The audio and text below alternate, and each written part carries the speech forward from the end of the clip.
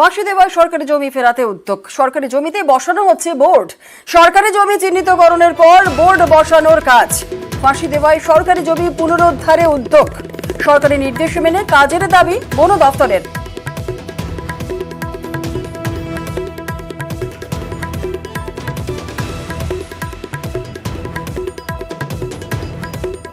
এটা চলতে থাকবে যতদিন পর্যন্ত নির্দেশ আছে। সেই জায়গাটাকে চিহ্নিত করে বোর্ড লাগাই দেওয়া হবে। তারপরে যারা এনফোর্সমেন্টে আছে ওদেরকে নোটিশও আমরা দিব। তারপরে যেটা ডিপার্টমেন্টের নির্দেশ থাকবে সে অনুযায়ী কাজ হবে। বেসিক্যালি আমরা ফরেস্টের টিম ছিলাম, আমার পুলিশের টিম ছিল, মানে আর্ম পুলিশ টিম যেটা ফরেস্টের সাথে আছে।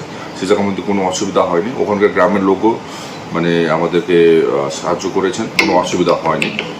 তো বাকি জায়গার মধ্যেও আশা করি কোনো অসুবিধা হবে না। ড্রেনের উপর অবৈধ নির্মাণ, কোথাও অস্থায়ী দোকান তো কোথাও বা বাড়ি, আর এই নিয়ে তমলুকে তরজা তুঙ্গে। বাগযুদ্ধে তৃণমূলেরই দুই কাউন্সিলর।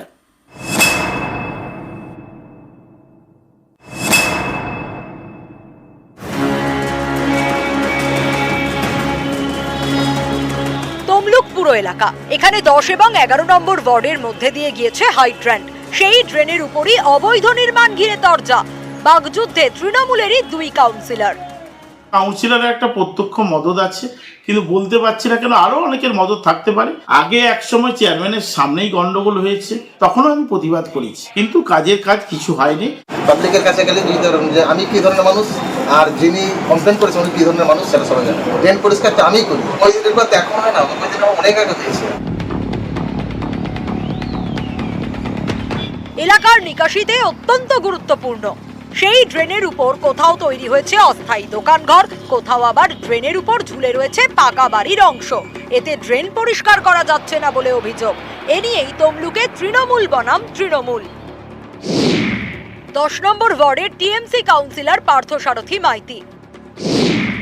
তার দাবি অবৈধ নির্মাণে মদত দিচ্ছেন 11 নম্বর ওয়ার্ডের টিএমসি কাউন্সিলর গৌতম পাল। এ নিয়ে সোশ্যাল মিডিয়াতেও পোস্ট করেছেন পার্থসারথী, যদিও যাবতীয় অভিযোগ মানতে নারাজ গৌতম পাল।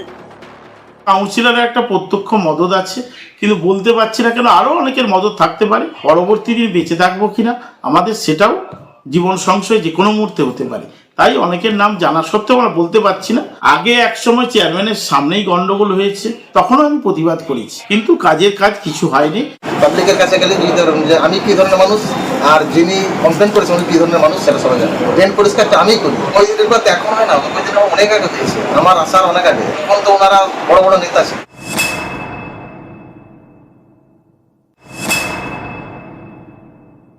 ড্রেনগুলো পরিষ্কার করেছিলাম জেসিবির সাহায্যে। এই কয়েক মাসের মধ্যে যদি কোনো আনঅথরাইজড কনস্ট্রাকশন হয়ে থাকে আমি জানি না, নিশ্চয়ই পৌরসভা আমরা ভেরিফাই করে দেখব। আমরা নিশ্চিতভাবে এনকোয়ারি করব, যদি প্রয়োজনীয় পদক্ষেপ গ্রহণ করে নিশ্চয়ই আমরা গ্রহণ করব।